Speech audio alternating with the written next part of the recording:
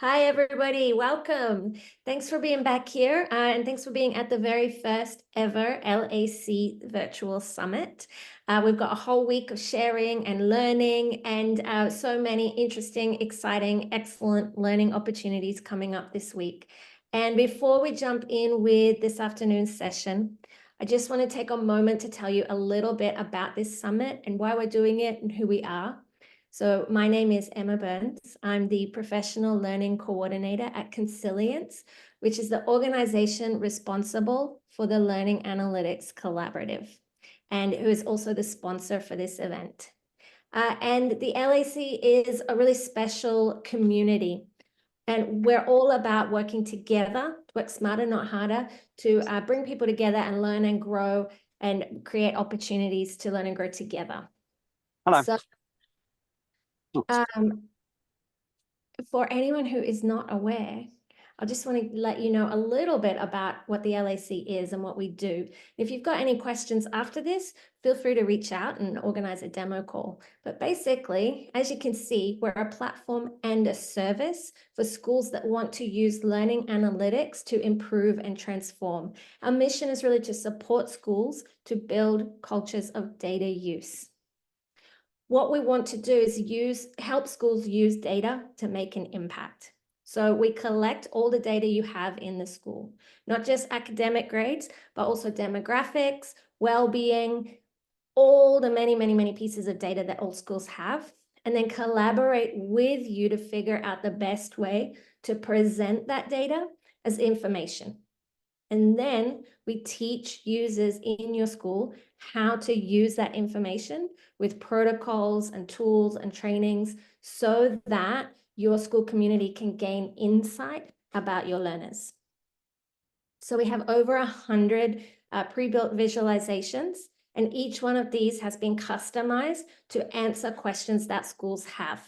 And when you join the collaborative, you get access to all those visualizations. And if you still have a question that's not answered there already, we can create new visualizations for your school, and that then also get shared with the rest of the collaborative. So as you can see, we've got all sorts of different dashboards, some for teachers to see their classes at a glance, some for specialists like language specialists, learning support specialists to understand the impact of their interventions. We've got aggregate data for admin and board. And we even have dashboards for parents and students so they can look and see their learning growth over time. We've got over 50 schools in the collaborative. And as I mentioned, we're all about sharing the learning. So when one school develops a new protocol or a new use case, we share that information out so everyone can learn and grow. And that brings me to what we're doing right now, which is, of course, sharing and growing at our very first ever virtual summit. And I'm so excited to introduce our next speaker, who is Nicole Ponsford. Nick is the founder of the Global Equality Collaborative, and she and her organization are winning awards everywhere because of the amazing impact of their work on schools and students. And I've been running these calls all morning, and a lot of the focus has been about how do we identify the needs of our students. And what I love about Nick's work is that she's thinking about that, but she's also thinking about what's next? What are we going to do about it? So I'm so excited to hand over to her and hear about her work. Thanks so much. Okay, so I'm just going to share my screen now. Make sure I get the right one. 1 sec. Always the telling bit, isn't it? How many times you do it? There we go. There we are. So hopefully you'll be able to see that now. So thank you very much. Thanks, Emma, for that warm introduction as well. So as just say hello first, we are actually a collective. So we are the Global Equality Collective, but we do a lot of collaboration. And at the GEC, we blend data with human connection. So what we do, we ensure that schools just don't measure inclusion, but we help them build it. So I'm going to explore that a little bit in this talk. I'm going to explore what we are finding with our schools, and I'm actually going to, for the first time, give you some of the insights we've got over the last year of surveying over 22,000 students, staff and teachers. So I'm very excited about this session. So let's dive in. Okay, you're probably wondering who I am and why I can talk about this. Well, there's me when I was a little girl. There's me pretending to be a teacher, and I love schools. School's actually my safe place. So if you understand what a safe place is, you can imagine what my home life was like. And as a result of that, I always wanted to go into education. So I started teaching in 2000, the same year that Google Browser came in. And I very quickly said yes to every opportunity that was thrown at me. So as an NQT, I was also a head of department. I set up new curriculums. I became an examiner. I was awarded a teaching award in my first 3 years of teaching over here in England. And following on from that, I became something which was known as an advanced skills teacher. So I had to show that my work was pretty good. And then I got to go and help work with the schools at scale. And I did this regionally, and I moved from being a secondary school, high school, to early years, all the way through to post-16 schools, and working with special educational needs and disability schools too. I absolutely loved this until the point where I had my first child who had needs, and I was told I couldn't be a senior leader if I wasn't on site 5 days a week. Following that, I decided that education wasn't going to kick me out, and so I've clung on since then. I spent 9 years working for an educational charity as a school coach. I have done quite a lot of stuff online. I write a lot. So I've got a book called Techno Teaching at Harvard, published in 2014. And then it got to about 4 years ago, and I realised, although there was a lot of talk around diversity and inclusion and well-being, actually in schools we weren't that great at measuring it and then taking it to the next level, the what's next. And so that started my work with the GEC. So I'm going to explore a little bit more. Essentially, what I started to become obsessed with is have the people in our organisations. So how do we feel a sense of belonging? I felt safe at school, so that meant I was open to learning, and I really lent into that, and I felt that some of the teachers there saw me. When I became a teacher, I found that I navigated towards those children. So I taught a lot of the unteachable students, because I could see that those who were given the hard time were normally having the hardest time as well. I then started to look at how we as members of staff were treated, and I wasn't always treated brilliantly by my line managers. And now, as a parent of 3 children, I understand what it's from a parent point of view. And so understanding how we make people feel safe, how we show kindness, how we show empathy in our schools, got me really thinking. And it's hard.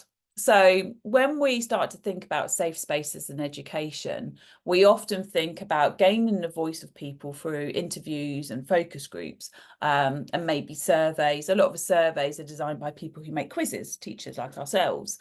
And I realised that actually we aren't getting the data we need. So first of all, when I used to do focus groups and interviews, people would often come to me afterwards and say, I would say this, but my line manager was in the room, or I don't like that teacher, or if I say this, I'm worried that would jeopardise outcomes for my child. So I realised the data that we capture in education isn't that reliable. And I became so obsessed, I've started to do a doctorate in it. And I started to look at our cycles of data collection in education. And in a lot of countries, this can be instigated by governments and what they want to collect, and that's what the schools then produce. And sometimes it can feel like a bit of a Wild West, as it can in independent and in international schools. And the more that I've looked at this, the more this made me think that actually looking at contextual data is the most important point. It's great for us to be able to look at where we are on a league board, but when it comes to the people, we're interested on those that are coming or in the building, essentially, when we are. So I wanted to find a way of creating a psychologically safe space like Google, where we can ask it questions and tell it things we wouldn't tell friends and family. The other side that I felt as a school leader, that when I wanted then to get the expertise in, or I wanted to learn things, it was incredibly hard. So if we look at things like diversity and inclusion, we're almost fire hosed with information, grassroots groups, consultants, coaches who all say that they're going to come in and make our schools better places. But it's hard to quality assure them. It's hard to understand if they have the same values of us. And sometimes that can even put us backwards with what we're doing, not to mention the amount of money we spend on them. So I wanted to create a collective of experts that would help give that expertise to school leaders. The last point when I started to look at this with a focus on people is I realised that a lot of the ways that we identify in terms of legal terms, that they don't always collect the micro and macro data that we would like. So with the UK Equality Act 2010, there are 9 protected characteristics. This actually boils down 116 pieces of legislative policy, which obviously it doesn't really support all of those in the way that it would do if it was separate documents. I also realise that when we start to really think about how we collect data, a lot of the data we collect in schools are above the waterline of visibility, so gender, age, things like that. We're not so good at capturing, firstly, things around cultural capital, social capital, and that made me really then explore what we do in terms of our data. Recently, actually, where I met Emma was at a data in schools event in India, where we were looking at data and well-being. And it was really interesting hearing how a lot of schools really like the idea of street data. So going beyond mapping data, like the big amounts, you know, like attendance, the big things that we have in our sector, to the satellite data, which are things like, you know, your maths and English. That third level of data where we try to understand why a child doesn't want to go and be with that teacher, or there's an area of school they feel safer, or why that member of staff has been harassed. That level of data we don't normally collect, and it was that level that I was really interested in. So if we look at street data, that came out of anti-racist approach in education in the States. But I wanted to do more. I wanted to do, as you can see from these tags, something called hyperdiversity. So hyperdiversity is actually your demographic identities, it's your cognitive and neurodiversity, it's your cultural capital, which brings in things like socioeconomic status, and then actually it's your biodiversity. Because when we start to look at inclusion and well-being, and we start to bring in those Venn diagrams of what it means with belonging, we then start to look at social mobility and social justice, which means we look at global citizenship, which means we also look at things like being carbon neutral. So at the GEC, we actually cover all of these dialogues and conversations. So essentially, as someone who was once an English and media teacher, I am still looking at people and technology with the work that I do today. And that's how the GEC has been formed.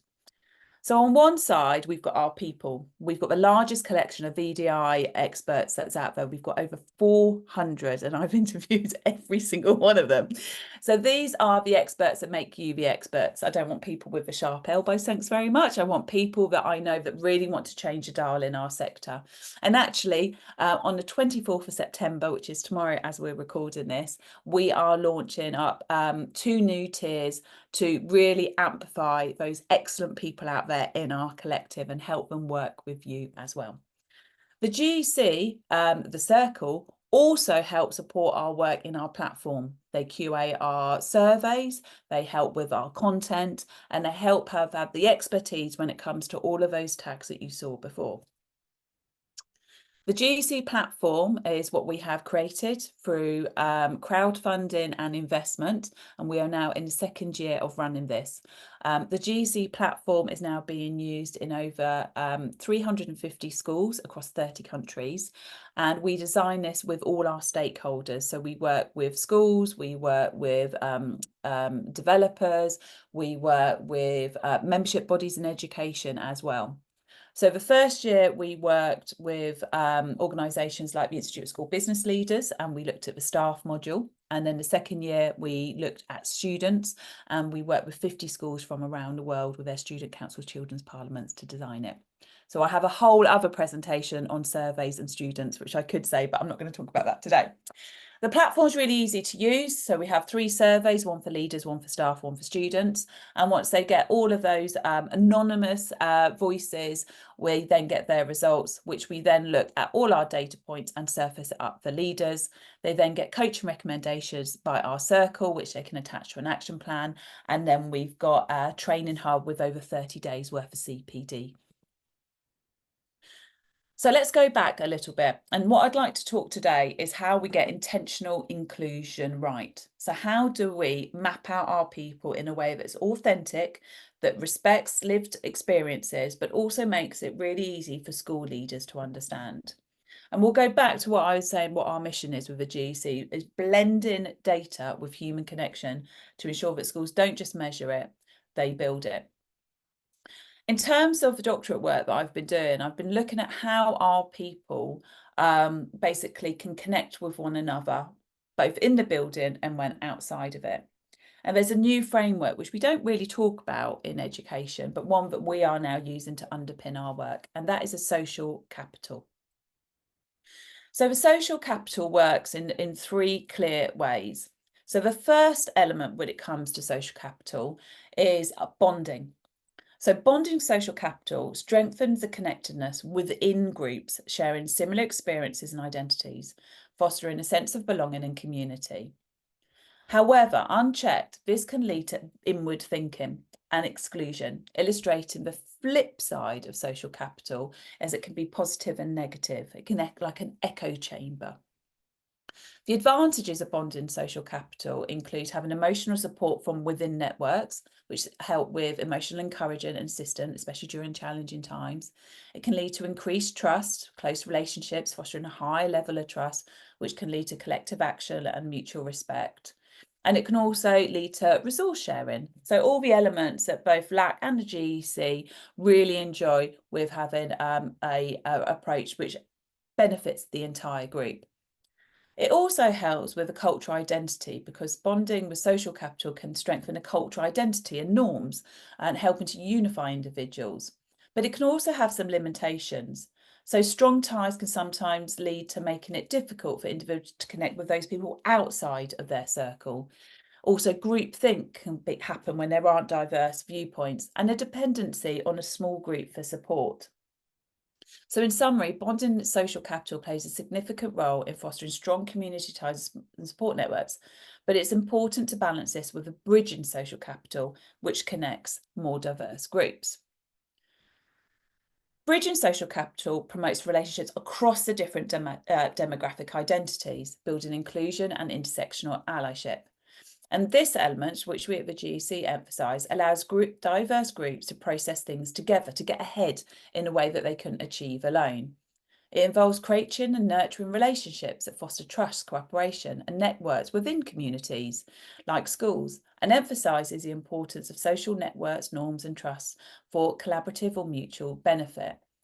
It can happen in terms of several different approaches. So there can be an engagement in kind of community events or social occasions that can help build trust. There could be networking that's established as well, which helps build a wider network of further resources and information. Trust is at the heart of this, working across different groups, and it can support local initiatives dependent on those different marginalised groups too. But essentially, it ensures that all voices are heard and valued within a community, promoting belonging. The third part of this is linking social capital. And this is where a leadership element comes in, which is so vital. In our schools, we can't just empower bonding and building. There has to be this linking element to it as well.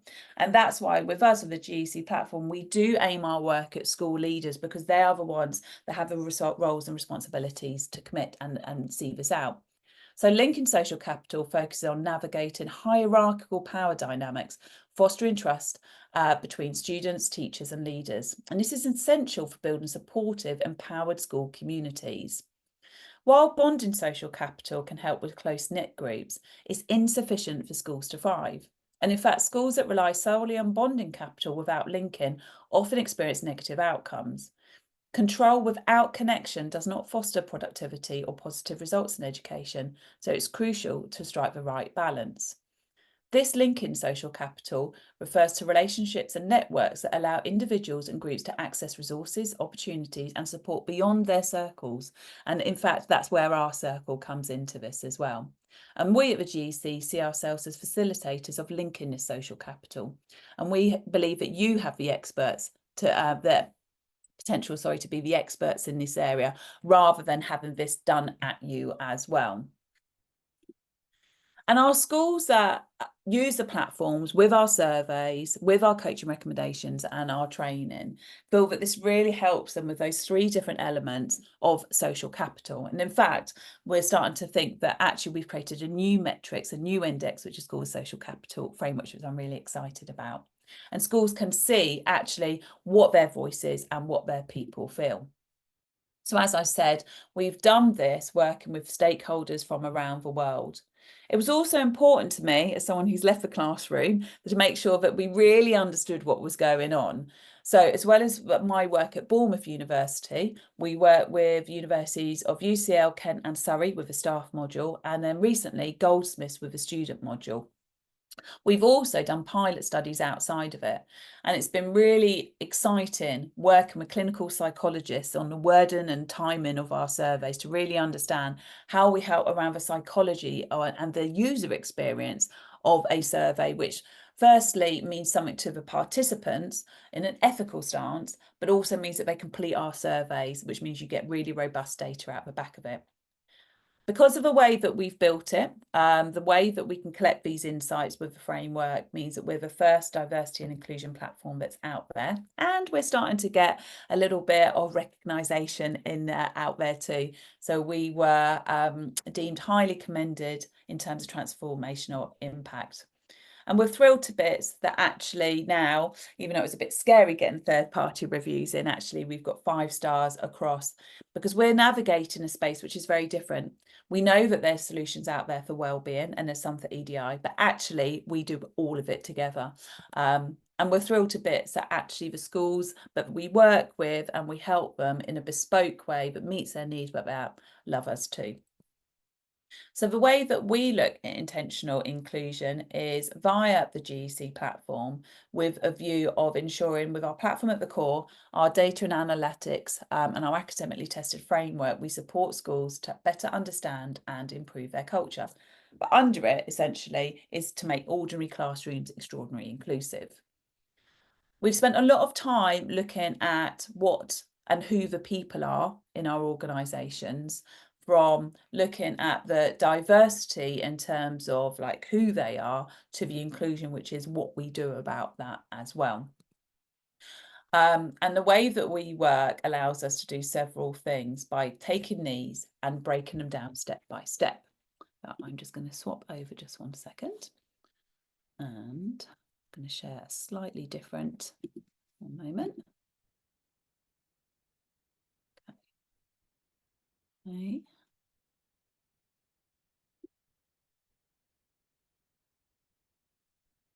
Excuse me a sec.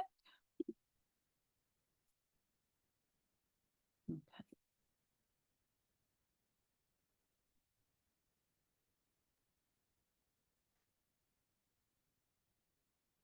Bear with me. No worries. I wonder why you bring up the next screen. If anyone's got any questions or comments, we can put them in the chat, and then after the after Nick's finished with their presentation, we'll be able to answer some of those. So I just wanted to show you the way that we look at our data. So we do it RAG rated, as you can see. We have got several different sections that we help to collect that data to, and then we showcase that to our school leaders. If you want to see more on that, I can show you another time. But what I'd like to do now is instead show you what we have been finding out about our work. So we are now across 30 countries, which is we're really thrilled about in just a couple of years. We originally wanted to be a solution for English state schools, but we are now working with international and independent schools at scale. Underneath it all is showing it that you matter is at the key of what we are trying to do. So I'm just going to go through these. Okay, apologies. Okay, and here we go. So what I wanted to show you now was we're starting to now look at that data that we've got at scale. So we did a pilot just before the summer of 2023, and we spoke to 2,500 students across our schools, and we were able to capture data. And we found out very quickly through our surveys that 78% of students didn't have one adult that they could talk to. We know that when it comes to belonging with our students, that understanding exactly how they feel and their different groups, the subgroups in terms of demographics is really important, key to us. And as Emma said before, there's a lot of talk about getting that data, but then it's about what you do next. So what we were able to do with our schools, use those coaching recommendations and our training from the circle to help the schools better understand that. I am now looking at the data for having 1 year of collecting student voice. So we've got 11,000 students that we've collected the data from, and it is so interesting what we are starting to find out. So I just wanted to show you a couple of elements around sex and gender that we've discovered. And I only pulled this out on Friday, so this is about as new as it can get. We are working for education in terms of understanding our data better. And so things that we found out, first of all, that boys are 30% more likely than girls to strongly agree that they feel a sense of belonging at school. Now, many of us are doing initiatives to help those boys feel that they belong, and actually we're getting it right. But being teachers, we then know that the people we're not getting it better for. So what we're able to do is show those schools in their context where they might be doing better for boys and maybe excluding other groups as well. But I found that really interesting. The other thing we found, which was quite shocking, is that 50% of girls don't enjoy learning at school. So of the 11,000 students that we asked, 5,500 girls said they didn't enjoy learning at school. Now, if you start to look at even just those 2 points of data, we can start to see the boys are having a better time than the girls, which is quite interesting. We also found out in terms of LGBT plus students that 60% of them feel that teachers don't think that teachers help them do their best, which we found very, very interesting. What was also interesting is that they are more likely than girls to speak out to their teachers and get help again. So we are starting to look at what the data is telling us now about school context, but also internationally as well. So I'm going to stop there. If you've got any questions for me or anything you would like to talk about more, you can either find out more on our website or you can email me, nick@thege.education. Or if you've got any questions now, I'd be happy to hear them, or you can contact Emma and I can follow up with that afterwards as well. Thanks, Emma. Thank you so much, Nick. That's honestly like fascinating. The data that you've that's come out. Is that what you expected, or? No, not really. I expected to get that level of kind of granular detail, but what it's showing us about how different demographic groups are experiencing school is really interesting. We haven't started to look at the staff one yet. We wanted to start with the student one. But yeah, really interesting. We're going to look at race and ethnicity next, and start to look at how that data maybe illustrates what we already thought, but actually I had no idea that boys were feeling quite happy at school in the main. So yeah, really, really excited to share it and learn from it. Absolutely. I have a question for you, and oh, we've got some questions in the room. I'll let other people ask their questions first. So Abby is asking how educators and school leaders can integrate technology and design learning to ensure that everyone's experiences are represented and supported in the learning process. Did you want to add anything to that, Abby? Or did you have any thoughts on that, Nick? Yeah, I mean, there's loads of different ways. It's taken us 4 years to kind of get to this. So even if you just take something like understanding consent in your school. So when we were designing the student surveys, we found that most students don't consent to doing surveys. The schools treat them very much like quizzes and just send them out. Actually, if you look at the ICO digital rights of a child should consent to do a digital survey or quiz. So we built that into our survey. So we've got a nice big consent button, for example, where they come and say that they're happy to do our surveys. So we found that the traditional ways we capture student voice, where we ask a student to tell us what they think and we think that they tell us that, happens both kind of online and offline. And there's not always a lot of thought or challenging that what we're being told is really coming from a safe place, an authentic place from the young people as well. They will often tell us what they think they should be saying. They don't want to get into trouble, or you get the extremities of thought, very much like a staff meeting. We wanted to find a way that would allow a safe space for student voice. So I think if you are thinking about capturing any voices, it's thinking about a safe space. And just to add to that, we also think about kind of like pre-care and aftercare around that. We go into many schools, and the schools students don't actually know who the designated safeguarding leads are. They're not available at the time of doing a survey. There's no thought put into if it's EDI, if that child has had a triggering moment, that there's, you know, it's not done one-on-one. So there's lots of way I think that you have to kind of really do a 360 when you're capturing any kind of voice to make sure that the participants are really put at the heart of it. Thanks. Yeah, and that Abby's question linked to mine as well, because I really noticed what you said about 78% of students didn't feel they had an adult.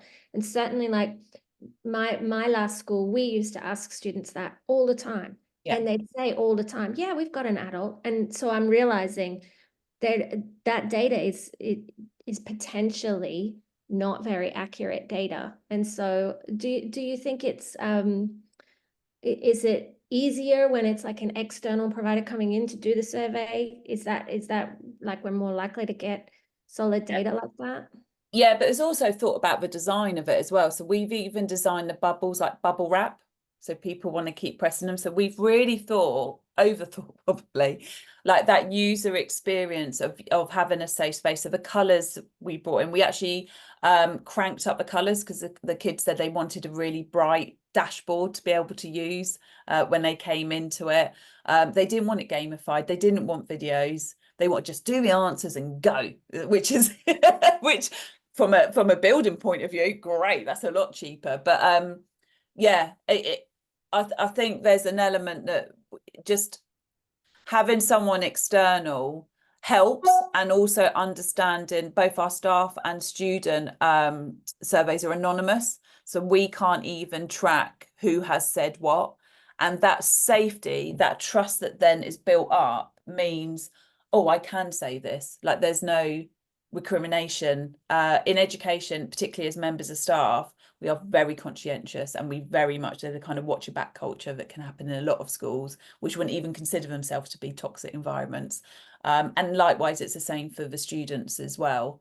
So yeah, having that safe space and a credible, proven safe space can really help.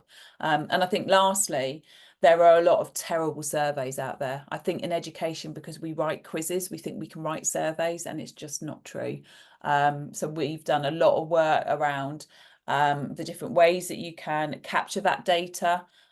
So for example, if you put non-applicable in, most people will try and go for that if they can, because it's a kind of an easy scapegoat. So we got rid of those. We got rid of some of the comment banks for students on potentially safeguarding issues. And so it's being able to have an approach where you really think of it through and then testing it. So we've done, you know, numerous tests as we've gone through. We haven't just put a quiz in, forms in, and chucked it out there.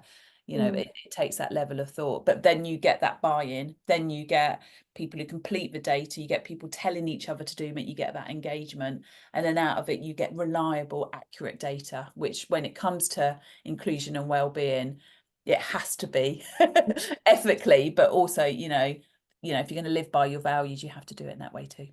Absolutely. And Will in the chat has some comments there about what they're doing at ZIS. I wonder if you want to speak to any of that, Will, because it'd be interesting to see how this aligns with what you guys are doing. Yeah, hello. I think, can you hear me through my headset? Yeah. So I was dealing with a sick child and now I'm back at work. So I have been at home in the car, now I'm at work. So I've come on the journey. Thanks for your resilience. So yeah, I can turn the camera on. Doesn't make a difference to me. There we go. Do I appear? Yes. Hi, Will. Okay. Nice Hello. to meet you. Hello. Yeah, so I don't know, we're obviously not as big a scale as you guys are doing, but we're sort of looking at how do we capture, let's say, well-being, inclusion data for our context for the last couple of years. And there was a whole bunch of American companies which wouldn't work with our data protection laws. we went internal based on panorama education questions and sort of their framework. The challenge we had was actually collecting the demographics. Collecting demographics is easy. The discussion, and it's more on the students one, less than the teachers, because the teachers don't seem to mind as much, but we're basing it off the student one first. On the sort of our feedback group is basically their honesty of responses around how much data is collected about them, of how honest they will be if it's in any way identifiable, especially minority groups. Yeah. And so in the end, we've gone, as de-aggregated as possible. It goes down to grade level and it goes down to advisory, purely just to make sure everyone completes. It's more to make sure people are completed and you have completion rates. So we don't have that nice sort of segments and data you can compare. So we lose that. But I'm wondering if your thoughts on the sort of, I don't know, honesty of responses. Yeah. So we've obviously, we spent a long time designing it, and the back of house stuff, like you could always get another call I could just kind of talk to you about. But we've got like a 93% engagement rate with our surveys, and we've spent a lot of time working with universities on the best way to collect demographic data as well, like where you put it in, when you actually collect it, how you word it, you word it in terms of different demographic groups.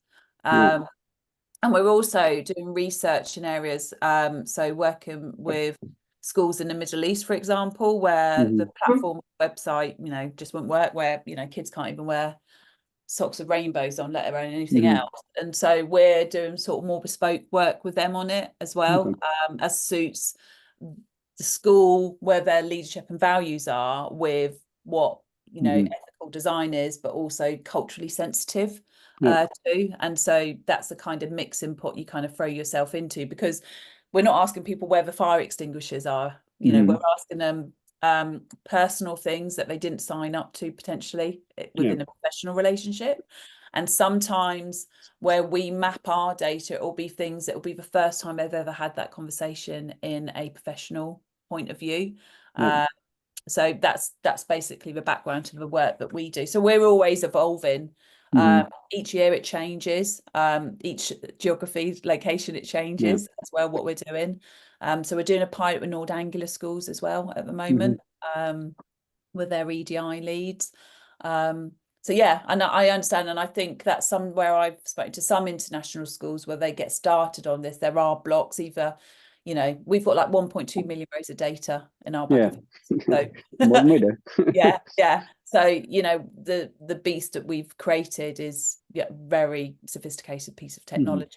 But it's been designed to do that in a way, and the focus that we can give it, where this is all I do, rather than trying to teach, run a school at the same time. It allows you those kind of conversations, and that to be a bit more on the balcony than the dance floor, I think, when it comes to it as well. But it sounds really interesting what you're doing. Oh, I don't know. It's like with Emma is saying, like, it's the, I don't know, evolution of how people use the data is the interesting piece. Not, I think if we walked out with a fully fledged product, another one, I don't even know if people would have the headspace to look at it. So it's actually the introduction of what are you going to do with it is where the interesting conversations happen. So in reality, like the data we're collecting is probably more than enough for where people's headspace and time is at for on there currently. Like, where there are some things that come up in the first round, and we've got the next round coming up of there's big enough, meaty enough stuff to delve into without even, I think, breaking, like, obviously you could highlight more things, but there's enough meat there. Yeah, so what next? So we talk to a lot with other schools and networks of schools where they've done a survey with someone else, or they've created their own, but it's the cultural piece that becomes the issue of, well, we've got this data, it's kind of told us what we already know, so what do we do next? So what we've done is we collect the data that they didn't know they needed, because we've got that wider network, but then also looked at, what does school improvement look like? How do we, over, a roadmap of 3 to 5 years, and who is responsible for that, and where do we keep that, and how do we show an inspector, or how do we show a board, or how do we talk to these practitioners. So that's what we do, and I think that's where the technology comes in, because it's hard to scale otherwise. Otherwise, just people in rooms talking, and it's hard for actually any kind of anywhere to hang your hats, as I say. So yeah, I mean, there's great work and there's lots of different ways of doing it. This is just our area of where we're at. And our next area is looking at parent and carer voice. So I'm doing a fundraiser at the moment to look at, one, how we can engage parents, because I don't think a survey is that. And also then we help schools, I suppose, as someone in our circle says, be the paramedics rather than the surgeons when it comes to like phobic beliefs or, that kind of thing. So that's our project for this year, which I'm very excited about, which will bring another level into the data, I'm sure, but hopefully, have real outcomes like our work does around that social capital framework that I was talking about earlier. Like interesting and powerful work. Yeah, absolutely. Yeah, you're more well. It's only powerful when we've got schools doing it. We're thrilled that so many people, and actually we work with all our schools as well, which is really like LAC do. We're very much, I think when you've been a teacher, that's the only way you work, with like a peer-to-peer approach. So yeah, I hope that's been helpful to you, Will. No, it does. No, all the conversation helpful to spark up a new thing. Emma knows I get random ideas all the time. That's why we love it when Will joins the call. Lovely. Well, thank you, Emma. Thank you, Will, so much. You're welcome. Thanks, Nick. It's so great to hear what you're up to and the latest data. It's so exciting and yeah, really exciting to hear what happens when you put the parent piece into it too, I think. So yeah. Thanks everybody for being here on the call. I'm gonna stop the recording and